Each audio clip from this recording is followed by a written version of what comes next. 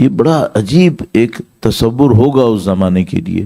آپ تصور کیجئے کہ یہ جو وحی کا سلسلہ تھا یہ کب سے شروع ہوا تھا. ظاہر کہ حضرت آدم علیہ السلام سے شروع ہوا تھا اور نہیں معلوم کتنے ہزار سال چلا ہوگا. حقیقت یہ ہے کہ آج اگر ہم لوگ آرکیالوجسٹ کے ذریعے سے یا مثلا سائنٹیفک پروفز کے ذریعے سے یہ دیکھنا چاہیں کہ حضرت آدم علیہ السلام کا دور کب تھا، تقریباً ناممکن ہے. تقریباً ناممکن ہے. کچھ گمان اور کچھ حدس لوگوں نے کیے ہیں لیکن سائنٹیفک لیول کے اوپر یہ ثابت ہونا تقریباً ناممکن ہے. زیادہ سے زیادہ جو چیز ہمارے لیے تقریباً کنفرم ہوتی ہے وہ حضرت ابراہیم علیہ السلام کا دور ہے جو تقریباً 4000 سال پہلے تھا. اس کے بعد حضرت نوح علیہ السلام کے دور کے بارے میں تخمین شواہد بہت زیادہ ہیں لیکن قاطعیت کے ساتھ کوئی کچھ نہیں کہہ سکتا. تو ہمارے پاس طوفان کے اعتبار سے ایسے آثار موجود ہیں جو 50,000 سال پرانے بھی ہیں. ایسے ہیں آثار.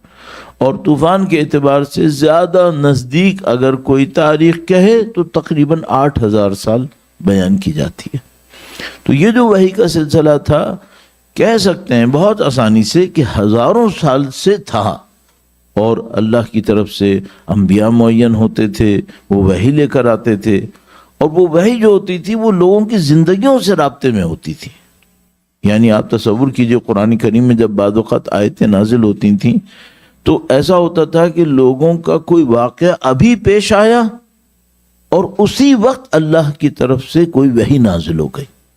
تو وحی کوئی ایسی چیز نہیں تھی جو آپ کی اور ہماری زندگی گزر رہی تھی اور علیحدہ سے کہیں کچھ اور ہو رہا تھا. یعنی یہ وہ معاملہ نہیں ہے جو حضرت موسیٰ علیہ السلام کوہ طور پر گئے اور واپسی پر الواح لے کر آئے. ایسا نہیں تھا. نبی خدا زندگی گزار رہے ہوتے تھے، اسی زندگی گزارنے کے دوران کبھی سفر میں، کبھی حضر میں، کبھی جنگ میں، کبھی امن میں، کبھی نماز کے بعد، کبھی نماز سے پہلے وحی آ جایا کرتی تھی. اب کیا ہوا؟ ہزاروں سال کے بعد ایک عظیم الشان ہستی دنیا سے ایسی گئی، اب ابد تک کے لیے وحی کا دروازہ بند ہو گیا. سبحان اللہ. بے شمار.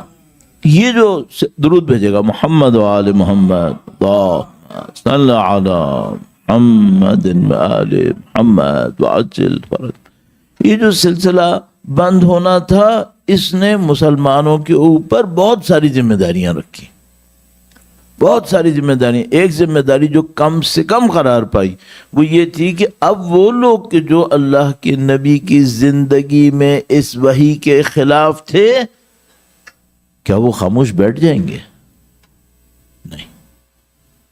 اب وہ سازشیں اور زیادہ کریں گے. نبی کے زمانے میں کیا ان دشمنیوں کا اظہار ہو گیا تھا جو نبی اور وحی سے تھی؟ ہاں ہو گیا تھا، ہو چکا تھا. یعنی خدا متعال سورہ احزاب میں ظاہراً ارشاد فرماتا ہے کہ اے نبی آپ کو ہم ان کا چہرہ بھی دکھا دیتے لیکن کم سے کم لحن قول سے آپ انہیں پہچان لیں گے جو آپ کے دشمن ہیں. یہ جو دشمن تھے وہ نہیں تھے کہ جو مثال کے طور پر بنی نذیر نے یا بنی قریظہ نے یا بنی فلاں قینقاع نے یا یہودی قبائل نے رسول خدا سے دشمنی کی تھی، مثلا کبھی شہید کرنے کا منصوبہ بنایا، کبھی زہر دے دینے کی کوشش کی. یہ وہ نہیں تھے. یہ وہ تھے جو مسلمانوں کے اندر بیٹھے ہوئے تھے اور رسول گرامی کے خلاف سازشیں کر رہے تھے. آپ تصور کیجئے رسول گرامی کا اس حالت میں دنیا سے جانا تصور کریں جب اللہ کے نبی 23 سال سے زیادہ وحی کو دریافت کرنے والے، لوگوں کو بتانے والے، ان کے ہاتھ پہ ایمان لانے والے، اور وفات سے چند دن پہلے کوئی ان کو اجازت نہیں دے رہا کہ وہ کاغذ قلم سے کچھ لکھ تحریر کروائے.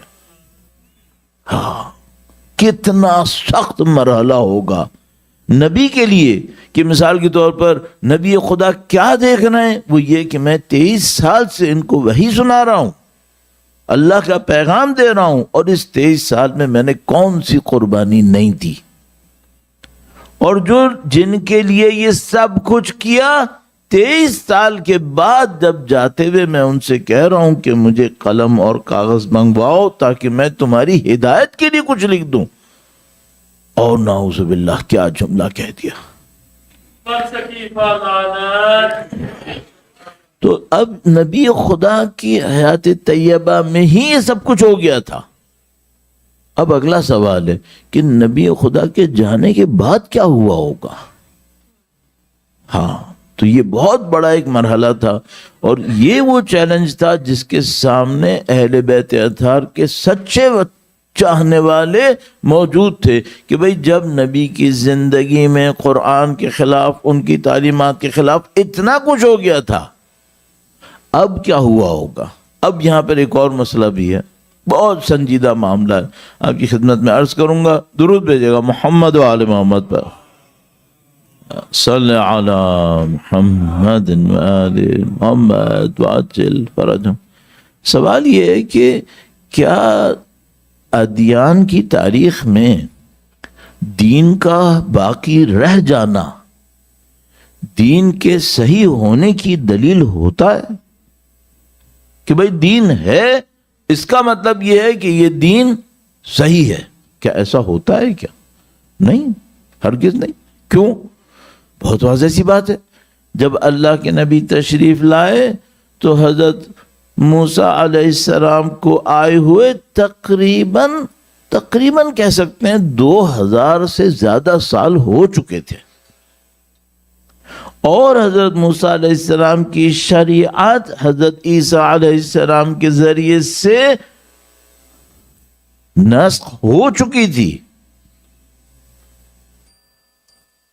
جو حضرت عیسیٰ علیہ السلام کے قاتل تھے وہ کون تھے؟ جنہوں نے حضرت عیسیٰ علیہ السلام کو شہید کرنے کی کوشش کی تھی وہ کون تھے؟ وہ وہی تھے جو اس پرانی شریعت کے ماننے والے تھے۔ تو وہ شریعت ظاہری طور پہ باقی تھی، اس کے نبی کا نام باقی تھا، اس نبی کی کتاب کے نام پر کتاب بھی باقی تھی، اور سب غلط تھا، اور سب غلط تھا۔ اتنا غلط تھا کہ پچھلے نبی نے جس نبی کے آنے کی گواہی دی تھی اس کے قتل کے در پہ تھے۔ اتنا غلط تھا، اتنا غلط تھا کہ ان کے بارے میں بعد میں خدا نے یہ بتایا کہ یہ جو کچھ ان کے ہاتھ میں ہے سب ان کے ہاتھ کا لکھا ہوا ہے، اور پیسے کی خاطر لکھا، قرآن کریم میں ہے۔ بس دین ہوتا ہے تو کیا یہ اس بات کی دلیل ہوتی ہے کہ دین صحیح بھی ہے؟ نہیں، دین تبدیل ہو جاتے ہیں، نام باقی رہ جاتا ہے اور شیل باقی رہ جاتا ہے، باقی سب اندر سے ختم ہو جاتا ہے۔ اچھا، وہ جو شیل کو لے کے چل رہے ہوتے ہیں وہ بظاہر دین سے مخلص ہوتے ہیں یا نہیں ہوتے؟ بظاہر تو بہت ہوتے ہیں، وہ دین کے نام پہ روتے ہیں، وہ دین کے نام پہ چیختے ہیں، وہ دین کے نام پہ چلاتے ہیں، اندر سے کیا ہوتے ہیں؟ اندر سے کچھ اور ہوتے ہیں، اندر سے اسی دین کی جڑیں کاٹنے والے ہوتے ہیں، اسی دین کے خلاف کام کرنے والے ہوتے ہیں۔ اللہ نے اپنے نبی سے کہا، اے نبی یہ آپ کی نہیں مانیں گے۔ اللہ کے نبی اتنا ان کی ذات مقدس دین کو پھیلانے کے لیے بےتاب تھی کہ اے اللہ نے اپنے نبی کے بارے میں کہا، حریص علیکم، تمہارے ایمان لانے پر نبی ایسا ہے جیسے جان دے دے گا اپنی، ایسا ہے۔ لیکن خدا نے اپنے نبی سے کہا، اے نبی یہ ایمان نہیں لائیں گے۔ اب یہ نبی رحمت تھے، ورنہ شاید حضرت نوح علیہ السلام کی طرح عذاب کی بد دعا کر دیتے، کہ تو نبی رحمت تھے۔ تو بھئی اللہ کے نبی کے خلاف لوگ کام کر رہے تھے، دین باقی رہنا دین صحیح ہونے کی دلیل نہیں ہے۔ جو لوگ دین کے خلاف ہوتے ہیں سارے دین کی دشمنی کر کے سامنے آتے ہیں، نہیں، بڑے دعوے کرتے ہیں۔ جو حضرت عیسیٰ علیہ السلام کے زمانے میں حضرت عیسیٰ علیہ السلام کے خلاف کام کر رہے تھے، وہ کیا خدا کے کم نمائندے بنے ہوئے تھے؟ بڑے عجیب طریقے سے دعوے دار تھے وہ اتنے بڑے دعوے دار تھے جس کی کوئی حد نہیں ہے. یعنی اور کتنی مصیبتیں انہوں نے حضرت عیسیٰ علیہ السلام کے ماننے والوں پہ ڈھائی ہیں. اللہ اکبر. عزیزان محترم، ہم مسلمانوں کے اندر ایک عادت سی بن گئی ہے، اگر ہمیں اپنا بندہ کوئی نہ ملے تو ہم اس کو شہید بھی نہیں مانتے. میں ایک عجیب بات کہہ رہا ہوں. میں ایک دفعہ ایک جگہ پہ گیا، عرض کیا کہ وہاں پہ گیا تو کسی کو میں بتا رہا تھا کہ وہ ایک عیسائی تھی، ایک عیسائی جگہ تھی. میں وہاں پہ گیا تو میں نے ان کے شہداء کے لیے فاتحہ پڑھی. تو سننے والے نے کہا مولانا بات کچھ سمجھ میں نہیں آئی. میں نے کہا بھائی کیوں؟ کہنے مولانا عیسائی کے لیے فاتحہ اور ان کے شہداء. میں نے کہا بھائی میں ایک بات پوچھنا چاہ رہا ہوں، اگر کوئی حضرت عیسیٰ علیہ السلام کا سچا چاہنے والا تھا اور حضرت عیسیٰ علیہ السلام کے دین کے دفاع میں اس نے اپنی جان دی، وہ شہید ہے یا نہیں ہے؟ اتنا آسان نہیں ہے آپ لوگوں کے لیے بھی. اچھا آپ کہیں گے مولانا نہیں شاید نہیں ہوگا، تو چلیے میں آپ سے پوچھ لیتا ہوں. ہمارے پاس ایک سورہ ہے جس میں خدا متعال نے بیان کیا ہے کہ وہ کتنے مظلوم لوگ تھے جن کو ظالموں نے جلتی ہوئی آگ کی خندقوں میں ڈال دیا، اور خدا متعال ان مظلوموں کی تعریف کرتا ہے کہ انہوں نے اپنے دین کی خاطر یہ قربانی دی، اور کہا وہ بڑے جابر تھے جو بیٹھے ہوئے تھے، اور وہ اخدود اصحاب اخدود کہلائے کہ خندقوں میں لوگوں کو ڈال دیا، جلتی ہوئی خندقوں میں. اچھا یہ کب ہوا تھا؟ یہ تاریخ اسلام میں ہے ایسا کوئی واقعہ؟ نہیں، یہ تاریخ عیسائیت میں ہے، تاریخ عیسائیت میں. اور ان کے شہداء کی تجلیل کون کر رہا ہے؟ خود خدا. ہاں خود خدا. اچھا میں آپ سے ایک اور بات پوچھ لیتا ہوں. یہ جو سورہ یاسین آپ ہم پڑھتے ہیں، جو بھی ظاہر فاتحہ کی مجلس ہو رہی ہوتی ہے اس میں شروع میں سورہ یاسین پڑھی جاتی ہے، اور اس سورہ یاسین میں کسی کا تذکرہ ہوتا ہے کہ وہ دور سے آیا اور اس نے تائید کی. 2 نمائندے اللہ کے پہلے بھیجے گئے تھے، پھر تیسرا ایک آیا، اس نے تائید کی، بعد میں اس بیچاری کی جان لے لی. اس نے کہا کاش میں تمہیں بتا پاتا، خدا نے مجھے کتنا بڑا مقام دیا. یا لیت قومی یعلمون. یہ مسلمان ہے؟ نہیں، یہ حضرت عیسیٰ علیہ السلام کا ماننے والا، ہاں جس کی شہادت کو خدا بیان کر رہا ہے. اچھا وہ جو حضرت موسیٰ علیہ السلام کے زمانے میں تھا، وَجَاءَ مِنْ أَقْصَى الْمَدِينَةِ رَجُلٌ يَسْعَىٰ، اس نے حضرت موسیٰ علیہ السلام نے کہا کہ ان الملأ یأتمرون، وہ تمہارے خلاف سازشیں کر رہے ہیں، آپ یہاں سے فوراً روانہ ہو جائیں. حضرت موسیٰ علیہ السلام نے اس کی بات مان لی. پھر اس نے آل فرعون کے سامنے کھڑے ہو کر قرآن کریم کی موجودہ ترتیب میں 2.5 صفحے دلائل دیے حضرت موسیٰ علیہ السلام کے حق ہونے پر. صحیح ہے؟ یہ کون ہے؟ مسلمان ہے. ابھی تو اسلام آیا ہی نہیں ہے.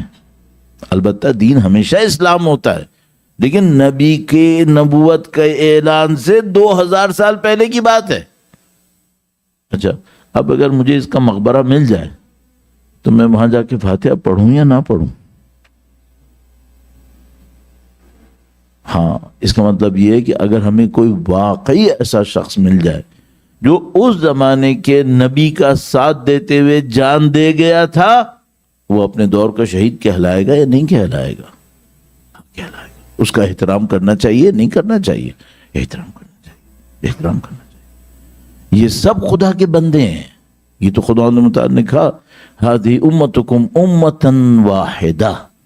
خدا متعال نے انبیاء کے سب بیان کرنے کے بعد کہ اس کا سب تمہاری امت ہے یہ، اور امت واحدہ ہے.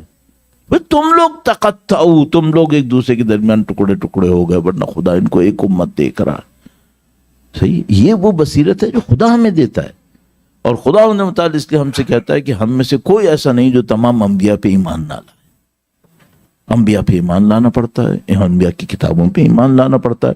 ہاں جو آج کل ہاتھ میں ہے یہ وہ نہیں ہے، ہاں ٹھیک ہے یہ ہمیں پتا ہے، لیکن انبیاء پہ ایمان لانا یا نہیں لانا ہے؟ ہم ایمان پہ تو ایمان لانا ہے. اور اگر کوئی ان کی راہ میں سچا مارا گیا تو ایمان لانا ہے نہیں لانا؟ ایمان لانا ہے. کوئی شہید کیا؟ ہاں بالکل شہید ہو. یہ خدا وسعت ہمیں دیتا ہے. انشاءاللہ خدا ہمیں اس پہچان کی، اس معرفت کی طاقت نصیب فرمائے انشاءاللہ. درود بھیجیں محمد و آل محمد پر. صلی علی محمد و آل محمد وعجل فرج. تو اب وہ لوگ جو حضرت موسیٰ علیہ السلام کے زمانے میں تھے، انہوں نے حضرت موسیٰ علیہ السلام کو مان لیا، اور اس کے بعد انحرافات شروع ہو گئے سامری اور قارون اور ان جیسے لوگوں کے ذریعے سے اور ان کے جیسے لوگوں کے ذریعے سے. اب وہ جو اصلی ماننے والے تھے وہ بیچارے بے بس ہو گئے. ان کے خلاف جو لوگ تھے وہ ظاہر میں عیسائی تھے یا نہیں تھے؟ عیسائی تھے، یہودی تھے. اچھا، یہودیت کے دعوے دار تھے، ہاں دعوے دار. پھر حضرت عیسیٰ علیہ السلام تشریف لائے، ان کے ساتھ بھی یہی ہوا. لوگوں نے ان کے ساتھ بھی ظلم کیا، اور ان کے نمائندوں کے ساتھ بہت سخت قسم کا ظلم کیا گیا. اور اس کے بعد پتہ نہیں کون کون عیسائیت کے اندر گھس گیا، اور اس نے ساری عیسائیت کی تصویر ہی بدل دی، اور اس پوری عیسائیت کا کام خراب کر دیا. یہ جو عیسائیت کے ساتھ یہ سارے ظلم کر رہے تھے، یہ حضرت عیسیٰ کے ماننے والے ہونے کے دعوے دار تھے یا نہیں تھے؟ یہ بھی تھے. ان کے کیا کیا دعوے تھے؟ ان کے دعوے آپ جا کے دیکھیں. ان کے بڑے دعوے تھے کہ ہم خدا کے ساتھ ہیں، خدا ہمارے ساتھ ہے، اور یہ ہوگا اور وہ ہوگا. وہ جو یہودی تھے وہ بھی بڑے دعوے کرتے تھے. قرآن کریم نے لکھا ہے وہ کیا دعوے کرتے تھے؟ کہتے تھے خدا کسی کو بھی آگ میں ڈالے ہمیں تو ڈالے گا ہی نہیں. اچھا، تمہیں کیوں ڈالے گا؟ خدا نے تو ہم سے وعدہ کیا ہوا. بات ہی ختم ہو گئی. اچھا، باقی لوگ کیا ہے؟ باقی سب ہمارے نوکر خادم. آج تک ان کی کتابوں میں کچھ چیزیں ایسی ہیں. اچھا، بعد میں حضرت عیسیٰ علیہ السلام کے ماننے والے آئے، انہوں نے کیا کیا؟ ان میں سے کچھ بیچارے حضرت عیسیٰ علیہ السلام کا ساتھ دے رہے تھے اور ان کے اچھے ماننے والوں کا ساتھ دے رہے تھے، باقی سب ان کے مخالف ہو گئے. ان کو کارنر کر دیا، ان کو جو اذیتیں آزار کیا، پریشانیاں کیا. اس کے بعد خود دعوے دار بن گئے. ایسے دعوے دار بنے کہ اب ان کے سامنے کوئی سر اٹھا ہی نہیں سکتا تھا. معاملہ ہی ختم ہو گیا. ایسا نہ ہوتا نا تو پھر خدا نے کیوں نئی شریعت بھیجی اسی لیے کہ یہ ہوا. اب میں آپ کی خدمت میں ایک بات عرض کرنا چاہ رہا ہوں. یہ جو ہر نبی کے ساتھ یہ ہوتا تھا، نبی خدا کے ساتھ ہوا ہوگا یا نہیں ہوا ہوگا؟ بعد میں نہیں، شروع میں ہی ہو گیا تھا. شروع میں ہی ہو گیا تھا. یعنی نبی خدا کی وفات سے چند دن پہلے جو واقعہ ہوا ہے، یہ کس بات کا ثبوت ہے کہ ہو گیا تھا؟ اچھا، اب ایک اور مسئلہ ہے. یہ ہو گیا. اب جو لوگ نبی کے خلاف کام کرنا ہے، دشمنی کے نام پہ کریں گے، دوستی کے نام پہ کریں گے؟ دوستی کے نام پہ کریں گے. پہچانو کیسے؟ اچھا، اب ایک اور مسئلہ ہے، بہت نازک بات کہوں گا ابھی. درود بھیجے گا محمد و آل محمد پر. صلی علی محمد و آل محمد وعجل فرجهم. ہمارے پاس اللہ کے نبی نے ایک معیار دیا ہوا ہے. اللہ کے نبی نے ہمیں ایک معیار دیا. کہا کیا معیار دیا؟ اللہ کے نبی نے فرمایا علی مع الحق والحق مع علی یدور الحق حیث ما دار. علی حق کے ساتھ ہیں، حق علی کے ساتھ ہے. حق وہاں جائے گا جہاں علی جائیں گے. اللہ کے نبی نے ہمیں بتا دیا یہ ہے معیار تمہارے لیے. اب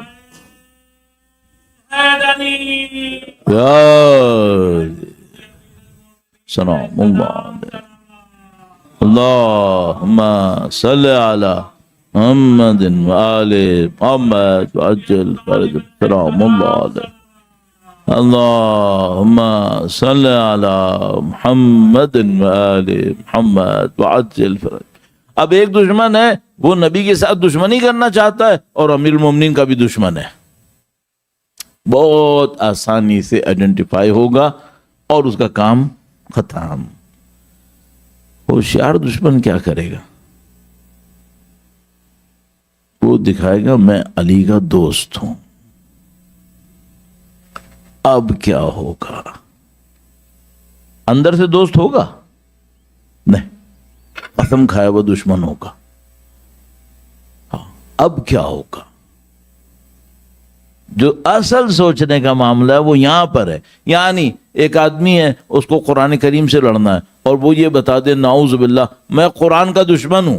جتنے قرآن کریم کے ماننے والے ان کے ہوشیاری آ جائے گی، آگے ہی آ جائے گی، فون سمجھ جائیں گے دشمن ہے. اچھا اب جو اور ہوشیار دشمن ہوا وہ کیا کرے گا؟ کہ کہا میں قرآن کے ساتھ ہوں، پھر قرآن سے دور کرے گا. آپ کہیں گے ایسا ہوا ہے؟ ہاں ہاں ہوا ہے تاریخ میں. مثال دیتا ہوں ابھی آپ کی خدمت میں. ایک آدمی کو بنی امیہ ہی کے زمانے میں گرفتار کر لیا گیا.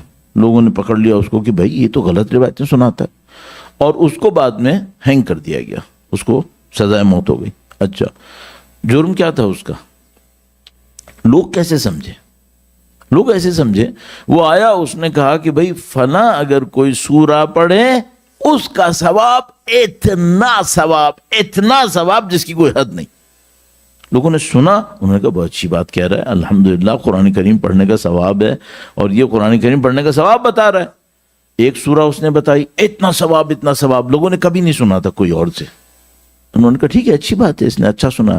پھر ایک اور سورہ، اس کا اتنا ثواب جس کا کوئی تصور ہی نہیں بن پا رہا ہے. صحیح، وہ سنایا جا رہا ہے.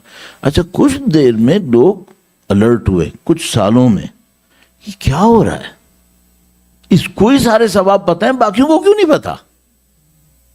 اب اس کو پکڑا کہ بھائی یہ کیا ہو رہا ہے، یہ کیا ہے، ثواب بتایا جا رہا ہے. اور ایسے ثواب بتاتا تھا کہ لوگ یہ سوچتے تھے کہ باقی کوئی عبادت کرنے کی ضرورت نہیں ہے، صرف یہ ایک سورہ پڑھ لینا کافی ہے. اسے پکڑ لیا. اسے پکڑا، تم ہو کون؟ پتہ چلا بھائی مسلمان ہے ہی نہیں. تو اس سے پوچھے کیا کیا تم نے؟ یہ کہنے لگا کہ مجھے پتا تھا کہ جب میں بولتا رہوں گا تو ایک دن آئے گا لوگ قرآن سے بیزار ہو جائیں گے. کیوں؟ جب میں بتاؤں گا پڑھنے کا یہ فائدہ ہے اور وہ ان کو نہیں ملے گا، ہوشیار ہو جائیں گے، بیزار ہو جائیں گے قرآن کریم سے. نعوذ باللہ تعالی. یہ سازش ہوئی ہے تاریخ میں؟ ہاں ہوئی ہے. اب جو دشمنی کرنے والا ہے نبی خدا سے، علی سے دشمنی کر کے آئے گا تو مجھے ہی پتا چل جائے گا. اب وہ کرے گا کیا؟ دوستی. سامنے کیا دکھائے گا کہ میں تو دوست ہوں. اچھا میں تو دوست ہوں، اب میں کیسے پہچانوں گا؟ بھائی مجھے پہچاننا ہے یا نہیں پہچاننا ہے؟ وہ پہچاننا پڑے گا، کیونکہ وہ دوستی کے نام پہ دعوے کر رہا ہوگا. اور یہ قدیم زمانے سے یہ سازش چلتی رہی ہے. اب جو ہمارے سامنے دشمن آئے گا وہ کون آئے گا؟ وہ نبی کا بھی دوست ہوگا، وہ قرآن کا بھی دوست ہوگا، وہ امیر المومنین کا بھی دوست ہوگا، سب کا دوست ہوگا، اور اندر سے سب کا دشمن ہوگا. یہ پہلے ہوا ہے نہیں ہوا؟ ہوا بے شمار. اللہم صلی علی محمد و آل محمد. اب میں آپ سے ہی پوچھ رہا ہوں، یہ سازش یقیناً ہوئی ہوگی، آپ کیسے پہچانتے ہیں؟ اچھا آج کل کا زمانہ کس کا زمانہ ہے؟ آج کل کا زمانہ ہے میڈیا کا. اچھا فیس بک پہ کوئی پوسٹ ڈالنے کے لیے کہیں سے سرٹیفکیٹ لینا ہوتا ہے کیا؟ نہیں. آج تھوڑا سا پیسہ لگاؤ، آج تم 500 بچوں کو دنیا میں مختلف جگہوں پہ بٹھا دو اور ان 500 کو ایک پوسٹ دینا اور ان سے کہنا بیٹا تم فلاں عیسائی بنو، تم یہودی بنو، تم فلاں بنو، تم فلاں بنو، تم فلاں بنو، اور سب میری اس بات کو مختلف لینگویجز میں مختلف اسٹائل میں بھیج دو. کوئی کہاں سے پکڑے گا؟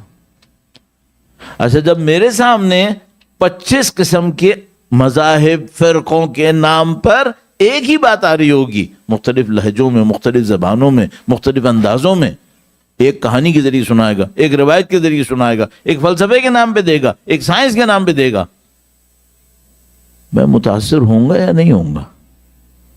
ہاں ہوں گا. اچھا یہ جو میں نے ابھی آپ کے سامنے سازش کا بلو پرنٹ دیا، یہ میرے ذہن میں آ رہا ہے، دشمنوں کے ذہن میں آیا ہوگا یا نہیں آیا ہوگا؟ کیا ہوگا یا نہیں کیا ہوگا؟ ہو گیا ختم. جیسے ہی آپ کو یہ سمجھ میں آیا نا یہ سازش پاسبل ہے، اس کا مطلب کیا ہے؟ ہو چکی. کیوں؟ دشمن انسانی ہمدردی کے نام پہ نہیں چھوڑے گا. تو بس ایک آدمی میرے پاس کون آئے گا؟ ایک وہ آئے گا جو دین کے نام پر اس سے زیادہ دین کا درد رکھنے والا نہیں ہوگا، اور وہ دین کی جڑیں کاٹے گا. صحیح ہے. اب مجھے اپنے آپ کو صرف ایک بات پوچھنی ہے، میں پہچانوں کیسے، میں کیسے جانوں؟ ٹھیک ہے. اچھا اب ایک اور بات بھی ہے، اس کا ظاہر دینداری کا ہوگا یا بے دینی کا؟ ظاہر بھی دینداری کا ہوگا، ورنہ تو اس کی سازش بہت چھوٹی ہوگی، میں فوراً پہچان لوں گا کہ بے دین ہے یہ. اب ظاہر بھی دینداری کا ہوگا. اب مجھے بتاؤ راستہ کیا ہوتا ہے؟ آپ لوگ کیا کرتے ہو؟ معذرت کے ساتھ عرض کر رہا ہوں، آپ لوگ کچھ نہیں کرتے ہو، آپ اس کی مان لیتے ہو. کیوں؟ وہ میری طرح آئے گا، ابا قبا پہنا ہوا ہوگا، میری طرح اپنے آپ کو کہے گا کہ میں یہ ہوں میں وہ ہوں، دعوے کرے گا، اور اس سے زیادہ عربی کا مخرج کسی کا نہیں ہوگا، اس سے زیادہ نعرے لگوانے والا، اس سے زیادہ دعوے کرنے والا کوئی نہیں ہوگا، اور وہ اپنا کام کر رہا ہوگا. صحیح. اب یہ نہیں ہو سکتا کہ ہمارے دین نے نہ بتایا ہو کہ کیسے پہچانو، ہو ہی نہیں سکتا، ہو ہی نہیں سکتا. کیوں؟ کیونکہ یہ سازش پہلی نہیں ہے، یہ سازش بہت دفعہ ہوئی ہے. جب یہ سازش بہت دفعہ ہوئی ہے اور یہ سازش بار بار ہوتی رہی ہے تو یہ ہو ہی نہیں سکتا کہ اہل بیت اطہار علیہ السلام نے ہمیں اس سازش سے بچنے کا نسخہ نہ دیا ہو. یہ نہیں ہو سکتا. عظمت اہل بیت اطہار علیہ السلام پر درود بھیجے. محمد و آل محمد، صلی علی محمد و آل محمد. یاری. اچھا اب میں اصلی یہ جو ٹاپک ہے نا، یہ سنگین ٹاپک ہے، یہ بہت خطرناک ٹاپک ہے. اس میں خطرناک بات کیا ہے؟ کیونکہ اس میں ہمیں وہ اسٹینڈرڈ ملنے والے ہیں جس پہ بعض اوقات شاید ہم بھی 100% پورے نہیں اتریں گے. معذرت کے ساتھ ہاتھ جوڑ کے عرض کر رہا ہوں، کیونکہ اس میں کچھ ایسے اسٹینڈرڈ آئیں گے کہ ان کے نزدیک وہ اسٹینڈرڈ اس بندے میں ہونا ضروری ہے جس سے ہم نے دین لینا ہے. صحیح. اور بعض اوقات وہ اسٹینڈرڈ 100% ہمارے اپنے اندر بھی نہیں ہوں گے. تو پھر ہمیں سوچنا پڑے گا، اس کا مطلب ہے ہم سورس آف ریلیجن نہیں بن سکیں گے. یہ ہمیں سوچنا پڑے گا. مثال کے طور پر بہت معذرت کے ساتھ، بلکہ اب معذرت کو چھوڑ دیں، اس میں ٹائم نکلتا رہتا ہے، آتے ہیں پوائنٹ کے اوپر کہ بھئی پوائنٹ کیا ہے.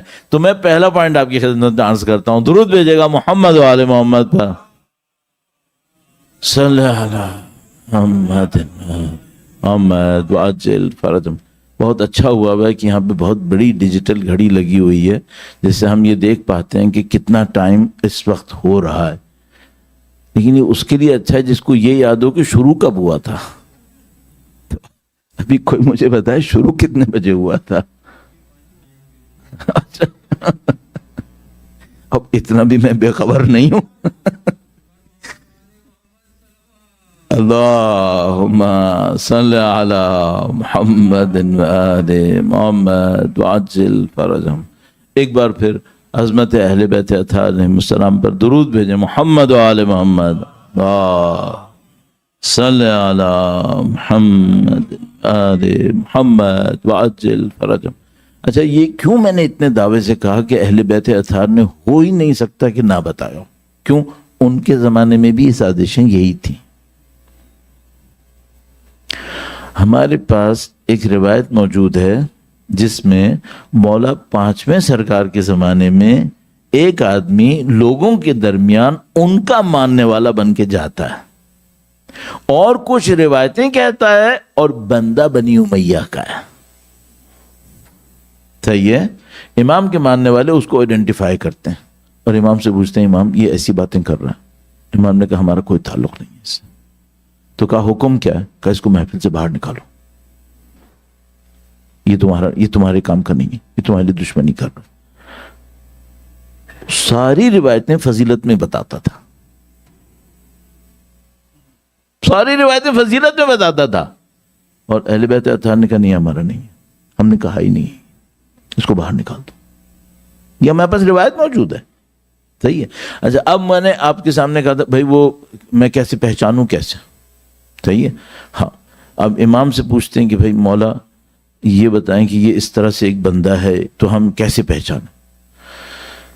امام نے کہا کہ اگر وہ تمہیں دین دے رہا ہے اور خود دنیا پہ حریص ہے، اس کا مطلب ہے اس کا ہم سے کوئی تعلق نہیں ہے.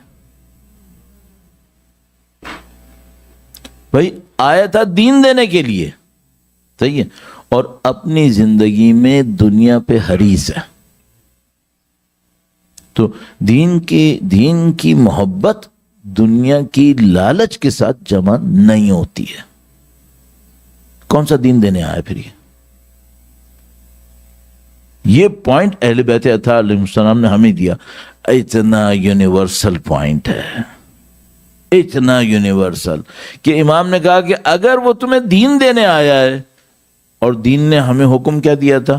دین نے ہمیں حکم دیا تھا دنیا پہ حریص نہیں ہونا، صحیح، اور خود کیا ہے؟ خود دنیا پہ حریص ہے. تو یہ کون سا دین دینے آیا؟ کون سا دین دینے آیا؟ اچھا آپ کہیں گے مولانا یہ آپ کہاں سے آپ نے کہا کہ دنیا پہ حریص نہ ہو؟ تو بہت اچھا ہے، میں ایک روایت عرض کر دیتا ہوں. درود بھیجے گا محمد و آل محمد پر، صلی اللہ محمد آل محمد وعجل فرجهم. یہ روایت ہے اور میں اس کو تیزی سے عرض کروں گا تاکہ ہم ٹاپک کے اوپر ہی رہیں. ایک بار پھر درود بھیجے گا محمد و آل محمد صلی اللہ. مولا نے ایک فرمان میں ایک اتنی عجیب بات ارشاد فرمائی. امام نے فرمایا، وہ بہت وزنی بات، امام نے ارشاد فرمایا کہ اگر تم میں 5 برائیاں نہ ہوتی، سب صالحین میں سے ہوتے. 5 برائیاں نہ ہوتی، سب صالحین میں سے ہوتے. صالحین کا مطلب کیا ہے؟ اگر مجھ سے کوئی یہ کہے قرآن کریم میں سب سے بڑا ٹائٹل کون سا ہے، تو میں کہوں گا صالحین. کیوں؟ قرآن کریم حضرت ابراہیم علیہ السلام جیسے اولو العزم نبی کے لیے کہتا ہے کہ صالحین میں سے تھے. اب اس سے بڑے درجے اور کون سے لاؤ گے بھائی؟ بس صالحین ہونا بہت بڑا درجہ ہے، ٹھیک ہے. اور امام فرما رہے اگر تم میں 5 برائیاں نہ ہوتی، سب صالحین میں سے ہوتے. یہ روایت میں آپ کی خدمت میں عرض کرتا ہوں. لولا 5 خصال، بہت زیادہ عربی پڑھنا مجھے اچھا نہیں لگتا ہے جیسے انسان اپنی عربی کی شو مار رہا ہے. لیکن بعض اوقات عربی پڑھنا اس لیے اچھا ہوتا ہے کہ اگر کسی کو ڈاؤٹ ہو کہ بھائی یہ روایت ہے یا نہیں ہے تو اس کو میں عربی سنا دیتا ہوں تاکہ وہ بعد میں سرچ کر لے، اس کو یقین ہو جائے. اچھا عربی سے روایت کو نکالنا اب کوئی مشکل کام نہیں ہے، انٹرنیٹ کے اوپر بہت آسانی سے نکل آتی ہے. 2-4 اگر آپ نے 2 جملے بھی آپ کو صحیح یاد رہ گئے فوراً آپ انٹرنیٹ سے نکال لیں گے، اور ریکارڈنگ ہو جاتی ہے تو پھر تو ظاہر ہے پھر تو پتہ چل جائے گا لوگوں کو. لولا 5 خصال لصار الناس كلهم صالحین. مولا فرماتے ہیں اگر 5 خصلتیں بری لوگوں میں نہ ہوتی سب کے سب صالح ہوتے. پہلی خصلت اولها القناعۃ بالجہل، نہیں جانتا اور بہت خوش ہے کہ میں نہیں جانتا. اللہ اکبر. القناعۃ بالجہل، بھئی قناعت کس پہ کرنی تھی؟ مال نہ ہونے پہ، شہرت نہ ہونے پہ، طاقت نہ ہونے پہ، دنیا نہ ہونے پہ قناعت کرنا اچھا ہوتا ہے. یہ کس پہ قناعت کرتا ہے؟ جہالت کے اوپر. کہتا ہے ہاں میں جاہل ہوں، میں نے یہ کتابیں نہیں پڑھی ہوئی اور میں پڑھوں گا بھی نہیں. ختم. امام فرمایا اس کا مطلب یہ صالحین میں سے نہیں. کیوں؟ اپنی جہالت کے اوپر قانے ہے.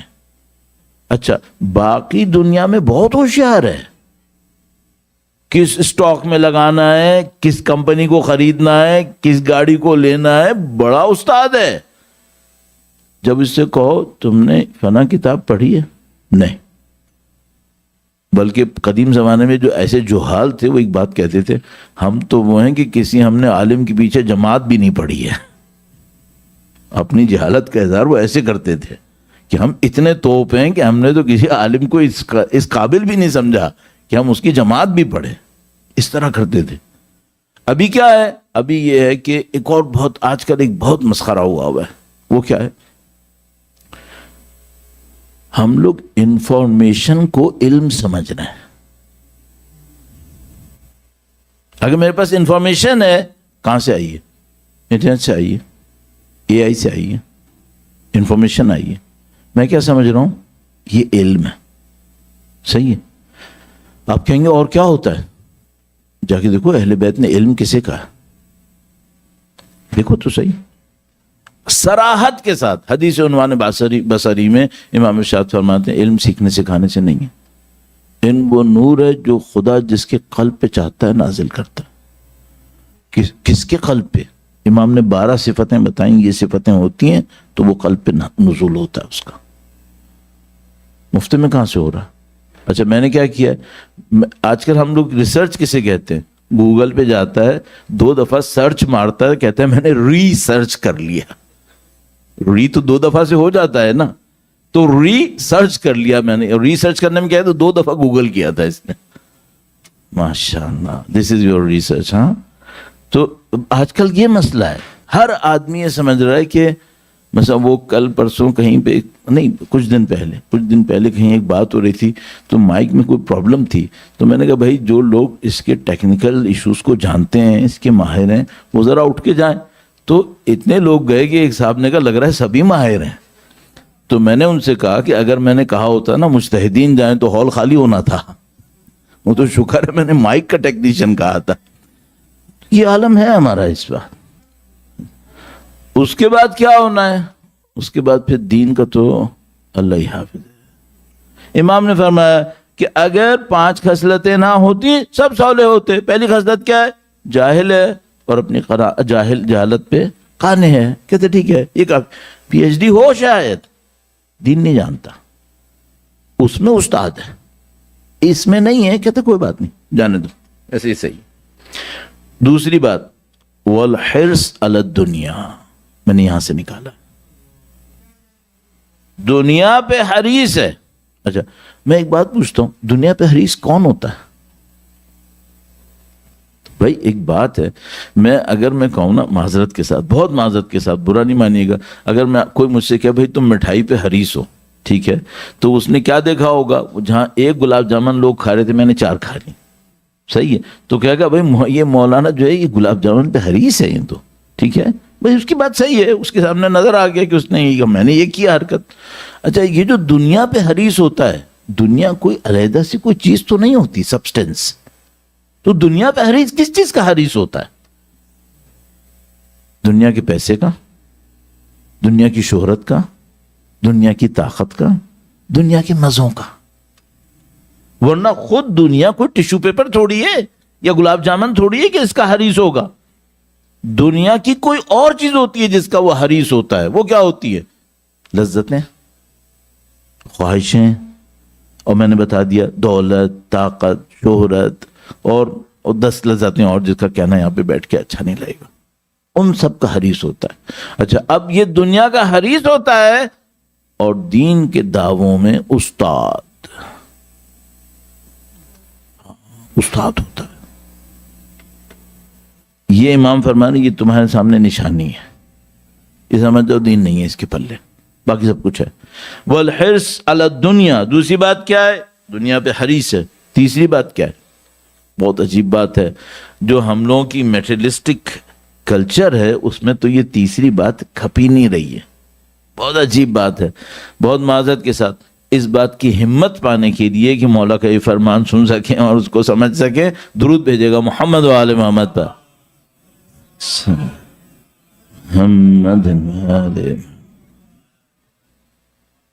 ایک ہوتی ہیں ہماری نیسیسٹیز، صحیح ہے. مثلا میں نے اپنی زندگی میں سوچا کیا کروں، پیسہ آتا ہے تو پھر ہر انسان کے کراس کرتا ہے لیمٹس، یہ بھی صحیح ہے، یہ بھی صحیح، یہ بھی صحیح. تو میں سوچا زندگی میں ہوتا کیا ہے، تو مجھے لگا زندگی میں انسان کی 3 حدیں ہوتی ہیں. ایک حد ہوتی ہے اس کی ضرورتیں، نیسیسٹیز. ایک حد ہوتی ہے اس کی سہولتیں، فیسلٹیز.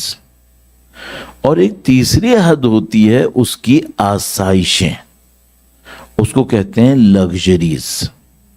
صحیح ہے. اچھا دین کہاں تک اجازت دیتا ہے؟ ضرورتیں پوری ہونی چاہیے نہیں ہونی چاہیے؟ ہونی چاہیے، اس میں کوئی شبہ نہیں، کیونکہ اگر یہ بھی نہیں ہو تو پھر وہ رہبانیت ہے، اس کو دین نہیں مانتا. اچھا سہولتیں پوری ہونی چاہیے یا نہیں ہونی چاہیے؟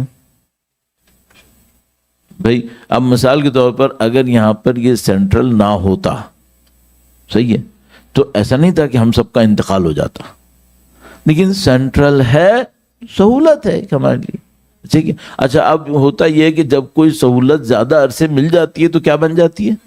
ضرورت بن جاتی ہے کہ اب یہ نہیں ہے تو آج پروگرام ہی نہیں ہوگا چونکہ آج سینٹرل کام نہیں کر رہا ہے. اچھا تمہارے ابا بغیر سینٹر کے آتے تھے سینٹر میں؟ نہیں آتے تھے. آتے تھے. اب کیوں نہیں آ رہے؟ کیونکہ وہ سہولت اتنی ملی کہ اب وہ ضرورت بن گئی ہے. ٹھیک ہے. بس ہماری کچھ ضرورتیں ہوتی ہیں پوری ہونی چاہیے نہیں ہونی چاہیے؟ ہونی چاہیے. کچھ سہولتیں ہوتی ہیں ہونی چاہیے نہیں ہونی چاہیے؟ ہونی چاہیے. ذرا سا ہاتھ ہلکا رکھ کے نہ بھی ہو تو ایسا نہ ہو کہ موت آ جائے. ٹھیک ہے. اب ایک تیسری چیز ہے اس کو کیا کہتے ہیں؟ آسائش، لگژریز. جانا ہے اس میں یا نہیں جانا ہے؟ نہیں، ریکمینڈیڈ نہیں ہے. کیوں؟ بگڑ جاتا ہے آدمی بگڑ جاتا. اچھا اگر میں اپنے آپ کو باؤنڈ کر دوں ضرورتوں میں اور سہولتوں میں اور میرے پاس کمائی ہو تو ایکسٹرا ہوگا یا نہیں ہوگا؟ ایکسٹرا ہوگا. لیکن اگر میں نے لگژریز کا دروازہ کھول لیا پھر کبھی ایکسٹرا نہیں ہوگا. کیوں؟ کیونکہ میری ضرورت تھی 50,000 کی ایک گاڑی، وہ مجھے مل گئی. پھر میری سہولت آئی تو وہ 70,000 چلی گئی. اب میں گیا ہوں لگژریز میں. 2.5 لاکھ سے کم تو کوئی بات نہیں ہوگی اب. اور وہ بھی رکے گا نہیں، مسلسل آگے جائے گا. تو ایکسٹرا ہوگا کبھی نہیں، کبھی نہیں ہوگا. صحیح ہے. امام نے فرمایا سہولے کیوں نہیں ہیں لوگ؟ کیوں؟ کیونکہ ان کے پاس جو ایکسٹرا ہوتا ہے اس کو بھی اللہ کی راہ میں دینے میں کنجوسی دکھاتے ہیں، اس کو بھی اپنے اوپر لگا لیتے ہیں، نہیں دیتے. اچھا اپنے اوپر، بات تو اتنے عقل مند ہیں، اپنے اوپر بھی لگاتے، جمع کر کے خوش ہوتے ہیں. ان کو ہم کیا کہتے ہیں؟ ان کو ہم کنجوس کہتے ہیں، ذخیرہ اندوز کہتے ہیں. صحیح ہے. امام نے فرمایا اگر تمہارے اندر 5 برائیاں نہ ہوتی نا سب صالح ہوتے. 1 قناعت بالجہل، 2 دنیا پہ حریص، تیسری بات ایکسٹرا کو دینے میں کنجوسی. امام نے لفظ کیا ارشاد فرمایا؟ الشح بالفضل. فضل کسے کہتے ہیں؟ ایکسٹرا کو. شح کنجوسی، نفس میں کنجوسی ہے. ایکسٹرا کو بھی اللہ کی راہ میں دینے میں کہتا ہے میں اپنا 20% کیوں دوں، میرا ہے. جبکہ ایکسٹرا میں سے مانگا تھا. قارون نے بھی یہی کیا تھا. قارون نے بھی یہی کیا تھا. اس لیے امام کہہ رہے ہیں یہ قارونی صفت ہے. یہ تیسرا ہو گیا شوہ بالفضل. چوتھی بات الریا فی العمل. خاموشی سے تو کام کر ہی نہیں سکتا ہے جب تک بلوا نہیں کرتا ہے. 25 جگہ اعلان کروائے گا پھر ایک پنکھا لگائے گا. یہ ہے الریا بالعمل. امام فرمایا اگر تم لوگ مخلصانہ عمل کرتے صالح ہو جاتے. دکھائی کرتے ہو، بتائی کرتے ہو، دوسروں کے سامنے شو بازیاں کر کے کرتے ہو، پھر تو تمہیں عمل میں کوئی دام ہی نہیں ہے. پھر کہاں سے صلاح ہو؟ اور آخری بات اللہم صلی علی محمد وآل محمد وعجل. اتنا مت ڈریں، اتنا مت ڈریں. درود بھیجیں محمد وآل محمد. اللہ صلی علی محمد وآل. اللہ اکبر اللہ. اتنے لوگ مل کر بغیر ڈرے یہ درود بھجوا رہے ہیں تو مجھے نہیں پتا اب ہوتا کیا ہے یہاں پہ. ویسے ایک کام کریں، ذرا سا ہمت حوصلہ کر کے ذرا اونچی آواز میں ایک درود بھیجیں محمد و آل محمد تا. صلی آل محمد. ہاں ٹھیک ہے، ویسٹرن ورلڈ میں اس سے زیادہ دم نکلے گا بھی نہیں مجھے معلوم ہے. وہ ہمارے غریب غربا ہوتے ہیں جو بیچارے دم نکالتے، وہ کچھ اور ہوتے. اللہم صلی علی محمد آل محمد وعجل فرج. البتہ کوئی مجھ سے کہہ سکتا ہے مولانا یہاں اونچی آواز میں بھجوا کے کون سا مارکا ہو جائے گا. بات صحیح ہے، اتنا ایسا نہیں. وہ میں نے ایسے ہی کیا تھا تاکہ لوگ توجہ دیتے. چوتھی بات تھی الریا فی العمل. 5ویں بات بہت ہی سخت ہے. وہ کیا ہے؟ الاعجاب بالرائے. میری رائے صحیح ہے باقی سب احمق ہیں. میں جو کہہ رہا ہوں وہ صحیح ہے باقی سب احمق ہیں. یہ صحیح ہے اور باقی جو آیا. بھائی میں نے ایک منظر دیکھا ایک دفعہ. ایک صاحب ہیں کیمسٹری پڑھی ہوئی ہے کیمسٹری پڑھی ہوئی، ہاں اس میں اچھے تھے، کیمسٹری پڑھی ہوئی ہے، ایک عالم دین ان کے سامنے بیٹھا ہوا ہے، وہ علم دین کے بارے میں ایک بات کہتا ہے جو ان کی بات سے ٹکرا رہی ہے، تو اس سے کہتے ہیں آپ مزید پڑھیں تو پتہ چلے گا، اور تم نے کیا کیا ہوا؟ کیمسٹری پڑھی ہوئی ہے، اور جو عالم دین ہے اس کو بول رہا ہے تم مزید پڑھو تو پتہ چلے گا جو میں نے کہا ہے وہ کیا ہے۔ یہ کیا ہے؟ الاعجاب بالرائے، آدمی احمق ہے اور اپنے آپ کو عقل مند سمجھ رہا ہے۔ جب کوئی انسان اس پوزیشن میں آئے نا کہ وہ کیا باقی سب احمق ہیں، اس کا مطلب ہے یہ احمق ہی خود ہے۔ کس نے ہمیں یہ غرور دیا کہ ہماری رائے ہی صحیح ہے باقی سب غلط ہے؟ کس نے یہ غرور دیا؟ صرف معصوم کے پاس یہ حق ہوتا ہے، کسی کے پاس حق نہیں ہوتا یہ، صحیح؟ یہ روایت میں نے آپ کی خدمت میں عرض کر دی۔ اس روایت کی روشنی میں اب مجھے دیکھنا پڑے گا میں نے دین لینا کس سے ہے۔ ہاں اب مجھے دیکھنا پڑے گا کہ بھائی دین کس سے لینا ہے۔ آیت اللہ محمد حسین طباطبائی اتنے بڑے عالم تھے، اتنے بڑے مفسر، اتنے بڑے فلسفی، محدث اور مجاہد کس عنوان سے؟ یہ برسوں علم دین حاصل کرنے کے بعد جب اس مقام کے اوپر تھے کہ آتے اور استاد تھے اور یہ تھا وہ تھا، انہوں نے اپنی زندگی میں ایک فیصلہ کیا ہوا تھا، وہ یہ کہ میں اپنی کما کر خود کھاؤں گا۔ علامہ طباطبائی نجف سے واپس آ کر 8 سال تک تقریباً تبریز میں اپنی کھیتی باڑی کے اوپر پہنچتے رہے کہ میں کسی اور کا دیا ہوا نہیں کھاؤں گا، اپنی کھیتی باڑی سے کھاؤں گا۔ وہ فلسفی 8 سال تک کھیتی باڑی کرتا رہا، تقریباً 8 سال تک۔ اس دوران میں بھی لکھتے رہے وہ، لیکن اصلی کام جو اس وقت کر رہے تھے وہ کھیتی باڑی تھی تبریز کے نزدیک، صحیح؟ یہ لوگ ہیں جنہوں نے اپنے نفس پہ کنٹرول کیا ہے، اور تواضع کا کیا عالم تھا، اللہ اکبر۔ ان کا ایک شاگرد کہتا ہے، کہنے کا ایک دفعہ ہم گئے وہاں پر ایک جگہ کے اوپر، تو وہاں پہ بچھانے کے لیے کچھ نہیں تھا، جماعت ہونے والی تھی، نماز کا وقت آنے والا تھا، 2 ہی بیٹھے ہیں بس، ایک استاد ایک شاگرد، علامہ طباطبائی ان کا شاگرد، 2 ہی بندے، نماز کا وقت آ رہا ہے، نماز کا وقت آ رہا ہے۔ اب وہ یہ سوچ رہا ہے کہ وضو کر کے آ گیا ہوں میں، اب استاد بیٹھے ہوئے، اب استاد نماز پڑھیں گے، میں جناب علی وضو کر، تو میں نے کیا، تو اس کو انہوں نے کچھ اس طرح سے کبھی آپ تجدید وضو کریں، یہ کریں وہ کریں، تو وہ دوبارہ گیا کر کے، اب جو دوبارہ کر کے گیا تو علامہ صاحب سجادہ بٹھائے پیچھے بیٹھے ہوئے، کہہ رہے ہیں بسم اللہ۔ اب وہ شاگرد کہہ رہے استاد آپ ہیں، میں کیوں پیچھے بسم اللہ، میں کیوں بسم اللہ کروں؟ کہنے کہ میں تو پتہ نہیں کب سے انتظار کر رہا ہوں آپ کا کہ آپ آئیں گے، آپ جماعت کرائیں گے۔ کہنے کا میں جتنا مصر ہوتا رہا کہ بھئی جماعت آپ نے کرانی ہے، آپ استاد ہیں، کہنے کا نہیں، میں تو اس شوق میں بیٹھا ہوں کہ آپ نے کرانی ہے، آخر میں کروائی اسی سے۔ جب علامہ طباطبائی تفسیر میزان لکھ رہے ہیں، آغا صاحب میں آپ کو گارنٹی سے کہہ رہا ہوں تفسیر میزان میں ایسی باتیں ہیں جو اس سے پہلے کی 1400 سال کی تفسیروں میں نہیں ملیں گی آپ کو، بعض ایسی باتیں انتہائی عمیق۔ ایک دفعہ بھی علامہ طباطبائی نے پوری 20 جلد میں ایک دفعہ بھی یہ نہیں لکھا یہ وہ بات کہہ رہا ہوں جو شاید کہیں اور نہیں ہوگی۔ ہمیشہ حتیٰ کوئی ایسی بات کہی ہے جو اس وقت تک کسی کے ذہن میں نہ آئی ہو، تب بھی وہ یہ کرتے تھے، فلاں عالم نے ایک بات کہی ہے، میں جو کہنے والا ہوں وہ بھی اسی کی طرح سے ہے، پھر اپنی بات کہتے تھے جبکہ سب کو پتا ہوتا تھا کہ یہ وہ بات وہ نہیں ہے، کچھ اور ہے۔ کبھی انہوں نے ایسا شو نہیں کیا کہ میں نے کوئی ایسی بات کر دی ہے جو پہلی دفعہ کوئی بتائی جا رہی ہے۔ اب یہاں پہ مسئلہ یہ ہے کہ میں اپنے خواب بھی اگر کوئی مجھے نظر آتا ہے تو میں کہتا ہوں عطا ہوئی ہے، آدھا شعر ہوتا ہے، چلا کے عطا ہوئی کا اعلان کرتا ہوں، پھر اپنا وہ آدھا شعر سناتا ہوں۔ بھائی یہ اعجاب بالرائے یہ نہیں ہے، اور کیا ہوتا ہے پھر؟ ہم اس مشکل میں پھنس گئے،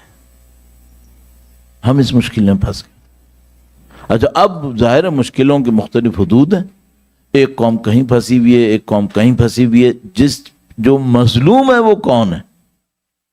اللہ کا نبی اور اس کی اولاد، وہ مظلوم ہے۔ کوئی قرآن کے نام پہ کر رہا ہے، کوئی نبی کے نام پہ کر رہا ہے، کوئی اولاد نبی کے نام پہ کر رہا ہے، اور جس پہ انہوں نے کہا تھا کہ تم ایسے ہونا، وہ ہمارے پتہ نہیں کیوں دماغ میں نہیں آ رہا کہ ایسے ہونا تھا۔ بھائی آپ کو اور مجھے اللہ کے نبی کے غم میں شرکت کرنی ہے نا، سب سے پہلے جا کے دیکھیں نبی ہمیں کیسا دیکھنا چاہ رہے تھے، پھر آپ ان کے غم میں شرکت کر سکتے ہیں۔ سب سے پہلے میں اپنے آپ سے یہ پوچھ لوں کہ بھئی میں دنیا بھر کو تو بعد میں بتاؤں گا، یہ بتاؤ اللہ کے نبی جیسا مجھے دیکھنا چاہ رہے تھے میں ویسا ہوں یا نہیں ہوں؟ اچھا میں کیا یہ کہوں گا کہ کوئی ہوگا جو ایگزیکٹلی ویسا ہوگا؟ نہیں ہوگا۔ مان تو لوں اپنی غلطی کہ کوتاہی ہے۔ خدا، میرا نہیں خیال، خدا گناہگار کو جو مان لے کہ میں گناہگار ہوں اور شرمندہ ہو جائے اب سزا دے گا؟ نہیں دے گا۔ کس گناہگار کو سزا دیتا ہے؟ جو نہیں مانتا کہ میں گناہگار ہوں۔ ورنہ کب خدا نے کہا ہے کہ گناہگار میرے دروازے پہ نہ آئے؟ کب کہا؟ خدا نے تو اپنے نبی سے کہا کہ میرے ان بندوں سے جنہوں نے اپنے نفس پہ ظلم کیا بتا دے میں قریب ہوں، اجیب دعوت الداعی اذا دعانی، ہر پکارنے والے کی پکار پہ لبیک کہوں گا، میں اس کو جواب دوں گا۔ فلیستجیبوا لی، جب میں انہیں بلاؤں تو آ جائیں، ولیؤمنوا بی، مجھ پہ ایمان لائیں۔ خدا نے تو کبھی گناہگار کو نہیں پھینکا، لیکن وہ کیا چاہتا ہے؟ وہ کہتا ہے پہلے اپنی غلطی مان لو، اور ایک چیز وہ ہم سب سے چاہتا ہے، وہ کیا ہے؟ بندوں کے سامنے تکبر مت دکھاؤ۔ خدا کسی نبی کو بھی اجازت نہیں دیتا کہ اپنے بندوں کے سامنے تکبر دکھا دے، کسی نبی کو بھی۔ ہمیں کیسی اجازت مل جائے گی؟ ہمیں یہ دیکھنا ہوگا۔ یہ وہ کور ایشوز ہیں آغا صاحب، کور ایشوز دین کے۔ اور الحمدللہ خود اللہ کے نبی کیسے تھے، بس آپ کی زحمت تمام کروں، بہت وقت ہو گیا۔ اللہ کے نبی کیسے تھے؟ ایک محفل میں تشریف لے گئے، دور دراز کہیں پہ گئے تھے، وہاں پہ ایک بندہ تھا، وہ جیسے ایک کمرہ تھا، چھوٹی سی کوئی جگہ تھی، وہاں پہ چند لوگ بیٹھے ہوئے تھے، اندازہ میرا یہ مثلا 25-30 لوگ، 40 لوگ، زیادہ سے زیادہ۔ اللہ کے نبی تشریف لے گئے تو اللہ کے نبی نے دیکھا کہ ان 25-30 لوگوں میں ایک بندہ پیچھے کھڑا ہے، آگے بھی نہیں آ رہا ہے۔ جبکہ اللہ کے نبی جب تشریف لے جاتے تھے سب سے کبھی معانقہ کبھی مصافحہ سب سے کرتے تھے، سلام دعا کرتے تھے، پوچھتے تھے۔ وہ بندہ خدا آگے نہیں آیا۔ اللہ کے نبی نے اس کو دیکھا اور اس کی طرف دیکھ کر نبی نے گویا سلام علیک اس طرح کرنے کی کوشش کی طرح سے اس کی ہمت ہو، نہیں آیا وہ۔ تو اللہ کے نبی نے اسے بلا لیا، کہا تم کیوں نہیں آئے؟ اب وہ ڈر رہا تھا تو اس نے کہا کہ اے اللہ کے نبی، میں کم علم ہوں، میں جاہل ہوں، اور مجھے معاشرے کے آداب نہیں آتے۔ آپ اللہ کے اتنے بڑے نبی ہیں، میں ڈرا کہ میں آپ کے سامنے جاؤں، مجھ سے کوئی بے ادبی ہو جائی تو میں جہنم میں جاؤں گا۔ پھر خدا شاہد ہے، اللہ کے نبی نے اس کو اپنے گلے سے لگا لیا، کہا تم نے کبھی دیکھا ہے کہ میں نے اپنے احترام میں کمی کی وجہ سے کسی کو سزا دی ہے؟ دیکھا کبھی؟ میں رحمت ہوں للعالمین، میں اللہ کی طرف سے رحمت لے کر آیا ہوں، میں سزائیں اس طرح دینے نہیں آیا ہوں، میں تمہارا بھائی ہوں۔ اتنا نبی نے اس کو گلے لگایا، سب رونے لگے۔ نبی ایسے تھے، بات بات پہ لوگوں کو احساس دلاتے تھے کہ میں تمہارے ساتھ ہوں، اور مشکل ہو آسانی ہو نبی اپنے آپ کو وقف کر دیا کرتے تھے۔ اور اتنا نبی لوگوں کے دلوں سے نزدیک تھے، تبھی تو بہت سارے لوگوں کو سمجھ میں بھی نہیں آیا کہ یہ کیا ہو گیا کہ اللہ کے نبی رخصت ہو گئے۔ اور بس میں اتنا ہی سوچوں گا، آج کی جیسی شب میں جس گھر میں گریا ہے وہ سیدہ کا گھر ہے، اللہ اکبر۔ جس گھر میں بکا ہے، جس گھر میں غم ہے، وہ سیدہ کا گھر ہے۔